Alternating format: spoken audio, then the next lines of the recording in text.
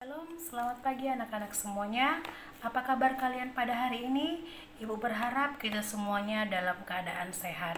Walaupun sampai pada saat ini waktu belum mengizinkan kita untuk belajar di ruang lingkup sekolah, semoga pembelajaran kita pada hari ini kalian bisa pelajari di rumah kalian masing-masing, kalian dapat mengerti dan memahaminya ya.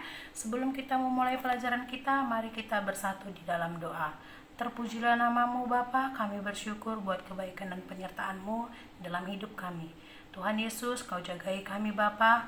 Kami bersyukur jikalau Tuhan masih mengizinkan kami untuk kami boleh melakukan pembelajaran kami. Kau berkati Tuhan anak-anak-Mu yang pada saat ini belajar di rumah mereka masing-masing. Kiranya Engkau senantiasa menyertai mereka, membukakan pintu hati dan pikiran mereka, agar mereka dapat mengerti akan pelajaran kami pada hari ini. Terima kasih Bapa yang baik, Engkau juga memberkati hamba-Mu Bapa yang akan menyampaikan pelajaran ini kepada anak-anak-Mu. Terpujilah namamu Tuhan, di dalam nama Yesus Kristus kami berdoa dan mengucap syukur. Amin.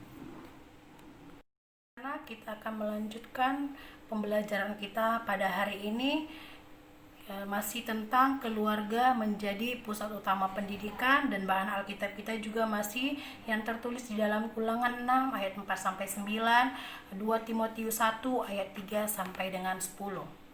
Kompetensi dasar pada pelajaran kita pada hari ini yaitu mengkritisi peran keluarga sebagai pusat utama pendidikan.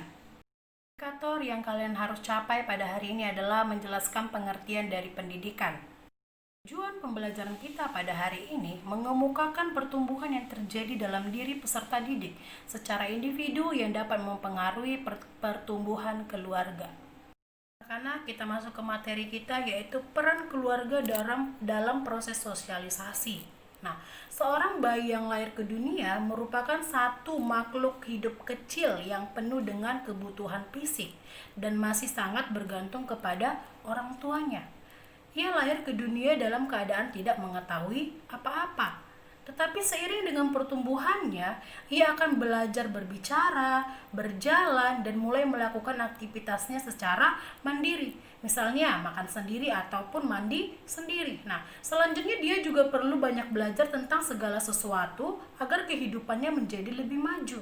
Misalnya, mempelajari sikap, nilai, norma yang berlaku dalam komunitas di mana ia berada. Nah, proses inilah yang disebut dengan sosialisasi.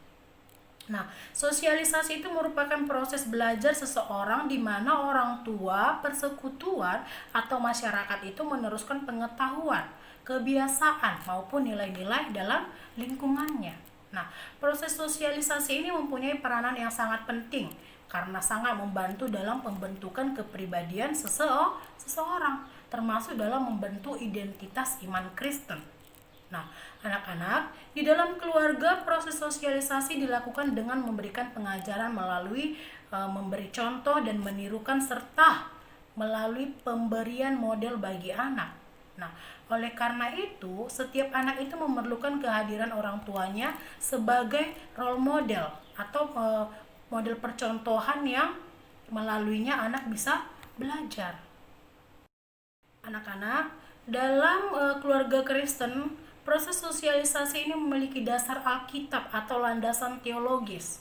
Penghayatan akan iman Kristen pertama-tama harus dilakukan secara sungguh-sungguh oleh orang tua, sehingga anak-anak itu dapat bertumbuh menjadi orang yang beriman kepada Tuhan. Nah, keluarga Kristen juga harus mengajari nilai-nilai Kristiani yaitu kasih, keadilan, kesetaraan, pengampunan, penebusan, penyelamatan oleh Allah, pertobatan, mengasihi Tuhan dengan segenap hati, serta mengasihi sesama seperti mengasihi diri sendiri.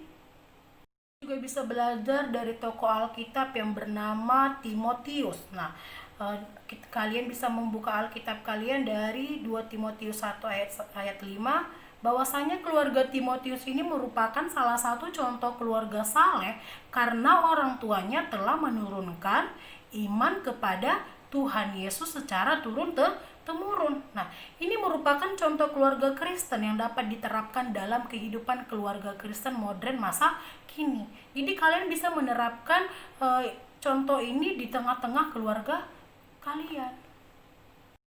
Ada pula peran keluarga dalam proses edukasi. Nah, dalam proses pendewasaan, seorang anak secara holistik itu proses sosialisasi saja tidak cukup, namun juga dibutuhkan proses edukasi. Proses sosialisasi berbeda dengan proses edukasi dalam keluarga. Nah, anak-anak, adapun pengertian dari proses edukasi itu artinya adalah pendidikan yang diberikan secara sengaja, terencana, dan terstruktur agar tercipta individu yang kritis dalam menyikapi dampak sosialisasi yang ada, termasuk dalam membawa orang kepada kedewasaan iman. Anak dewasa ini, tanggung jawab keluarga untuk mendidik anak sebagian besar atau bahkan mungkin seluruhnya telah diambil alih oleh lembaga pendidikan lain, misalnya sekolah dan gereja.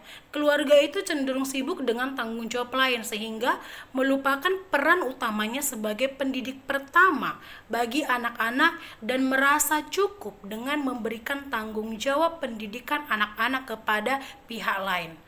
Dalam arti yaitu sekolah, pembantu, lembaga atau lembaga tertentu. Mengapa bisa terjadi demikian? Nah, jadi pengawasan dari orang tua terhadap anak itu mulai melemah. Padahal peran orang tua menjadi sangat penting terutama dalam proses pengawasan dan pengendalian tersebut. Nah, artinya anak-anak dalam tahap ini, orang tua itu mulai berperan sebagai agent of social control. Artinya agen kontrol sosial terhadap anak-anaknya. Sehingga apa? Sehingga nilai-nilai kehidupan yang dijalani tidak bertentangan dengan nilai-nilai Kristiani yang ditanamkan.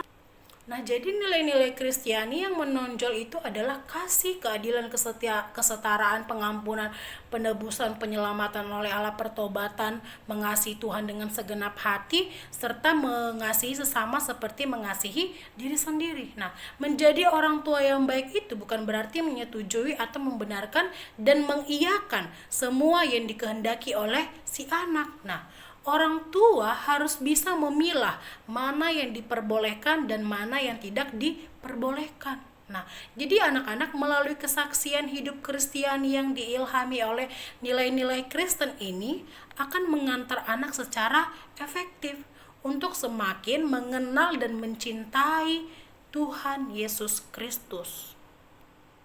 Anak-anak, yang menjadi kesimpulan pembelajaran kita pada hari ini itu adalah keluarga itu sebagai pusat pendidikan mengarah kepada pembentukan satu pribadi secara utuh atau holistik.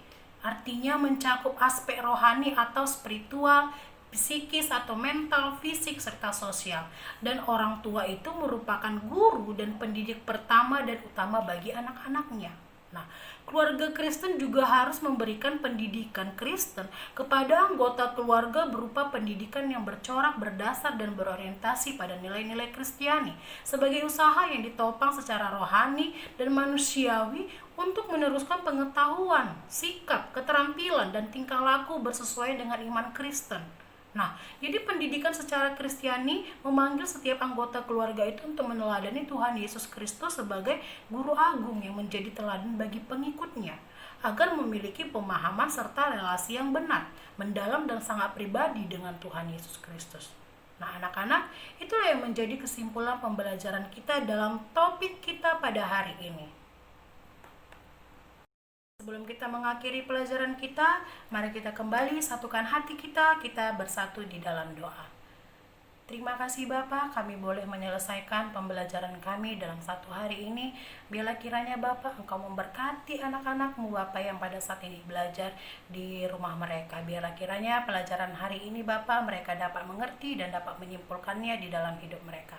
Terima kasih Bapak yang baik, kami serahkan hidup kami ke dalam tangan pengasihan-Mu. Biarlah kiranya Tuhan Yesus yang senantiasa menjagai kami dimanapun kami berada.